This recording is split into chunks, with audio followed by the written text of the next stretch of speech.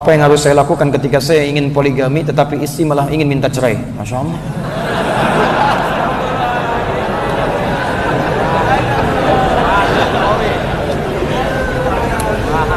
Masya Allah.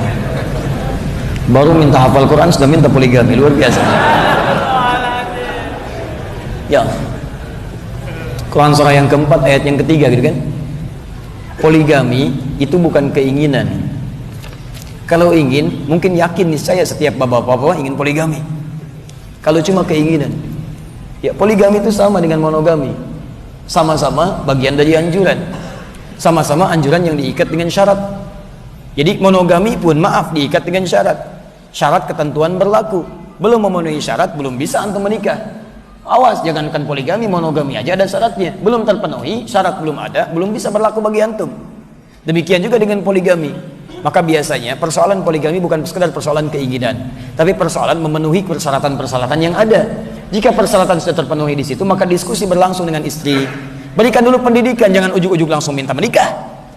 Masuk dulu kepada fikihnya, terangkan dengan bahasa yang halus, dengan bahasa yang lembut, dengan keadaan-keadaan yang ada, terpenuhi keadaannya, tarbiyah berlangsung dulu. Kalau pemahaman sudah ada, pengertian sudah ada, Masya Allah. Jangankan antum yang minta, istri yang nyuruh. Nabi Ibrahim nggak pernah minta Nabi Ibrahim, tapi Sarah yang mengajukan. Papa kan Nabi, Papa Rasul, Papa punya tugas risalah. Saya khawatir Pak, ketika saya tidak bisa memberikan yang terbaik untuk keturunan itu, tidak ada yang meneruskan risalah Papa. Bagaimana di hadapan Allah nanti? Hasil tarbiyah Nabi Ibrahim, Pak, nikahi Hajar. Nikahi Hajar. Ketika sifat berbagi itu ada, dengan tarbiyah yang luar biasa dalam, maka Allah anugerahkan kepada Sarah apresiasi terdalam. Ketika bisa berbagi, maka turun berita. Apa beritanya? Kamu akan mengandung melahirkan seorang anak. Masya Allah. Hajar punya keturunan dipisahkan supaya tidak muncul kecemburuan dari Sarah. Karena kalau sudah punya anak, perhatian Ibrahim akan kepada anaknya. Dipisahkan. Turun Quran surah 14 ayat 37. Perhatikan, poligami yang dimanhaj dengan benar, maka akan turun bimbingan Allah di dalamnya. Awalnya disarankan, tapi kalau anak sudah ada, kecemburuan akan muncul, dipisahkan oleh Allah. Ketika dipisahkan, Sarah diberikan anugerah keturunan. Lihat, kalau manhaj diikuti sesuai dengan petunjuk Allah Subhanahu wa Ta'ala, maka bimbingan Allah akan lahir dalam kehidupan berkeluarga. Cek. Jadi sekali lagi, bagi antum yang seperti ini, mungkin masalah yang utama bukan istri protes, bukan istri kemudian marah, bukan istri ingin minta cerai. Barangkali istri ingin mendapatkan pendidikan dari antum supaya paham alasan apa yang menjadikan dia mesti berbagi dalam kehidupan. Ingat teman-teman sekalian, membelah hati itu tidak mudah. Ya, belahan jiwa itu tidak mudah. Hal yang paling sulit, amalan paling tinggi bagi seorang perempuan. Karena itulah kemudian butuh tarbiyah juga yang harus disampaikan dari sejak dini. Kalau tarbiyah sudah masuk, sudah paham dengan keadaannya, antum bagian dari persyaratannya, dibawa kemudian ke surga dengan bekal bersama-sama, itu yang bisa mengantarkan pemahaman yang baik. Jangankan minta, istri bisa nyuruh. Mah, bukankah cita-cita kita surga? Iya Pak. Masya Allah. Surga mana yang Mama inginkan? Firdaus Pak. Masya Allah. Coba lihat, apakah kehidupan kita sudah seperti penghuni surga Firdaus?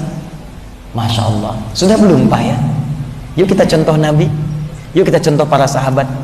Kira-kira persyaratan terpenuhi atau tidak? Masya Allah. Mah, pertama, rajin sholat. Sholatnya khusyuk. Perhatikan baik-baik. Qad aflahal mu'minun. Mahi alladzina hum fi salatihim khashi'un. Salatnya khusyuk. Alhamdulillah Pak, kita sudah berusaha yang ini. Alhamdulillah. Anil lagwi mu'ridun. Mah, perhatikan Mah, dari yang sia-sia kita hindari.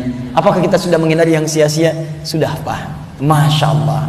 Lizakati fa'ilun. Mah, zakat Mah. Sudah berzakat belum?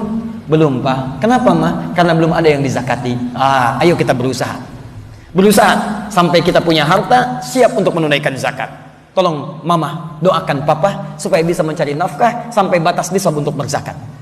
Doakan, sukses, hartanya melimpah. Masya Allah Mah, titipan kita begitu luas Mah, luar biasa zakatnya melimpah. Ayo kita rawat Mah, ada anak yatim, ada sekian. Bukankah Mama ingin surganya dekat dengan Rasulullah? Iya Pak, lihat, ana wa kafilul yatimi kahataini fil jannah.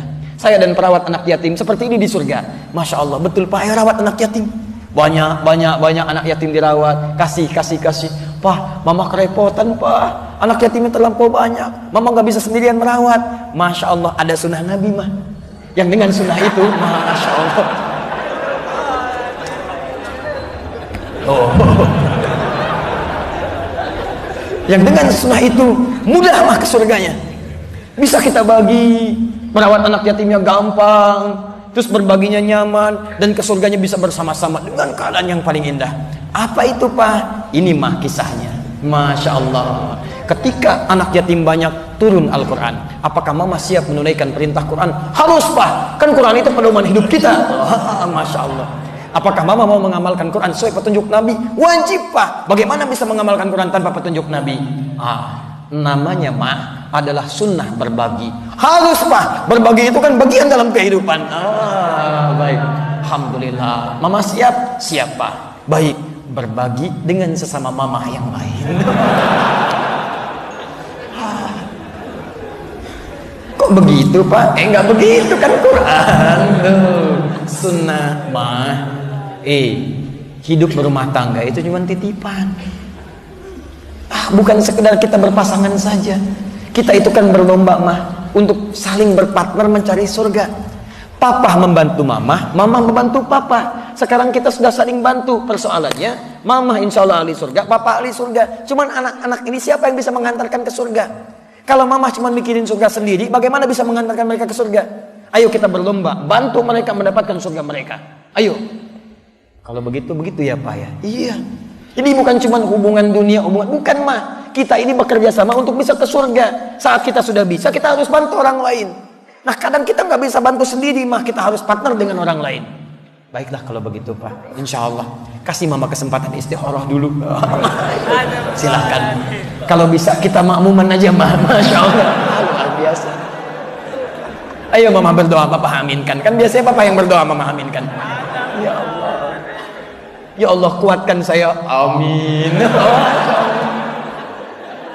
Ya Allah beri saya kemampuan, amin. Luar biasa. Jadi masuknya enak. Ini fikih belum ada, persyaratan belum terpenuhi, tiba-tiba datang. Mah, siap-siap ya. Apa sunnah Nabi? Apa? Poligami. Langkahi dulu mayat saya. Ya Allah, mudah-mudahan istri saya meninggal besok. Itu bukan solusi. Bukan solusi. Akhirnya indah yang terjadi. Silahkan cek. Kalau Ustaz, bukankah cenderung ada masalah? Antum jangankan poligami, monogami aja ada masalah. Ada masalah.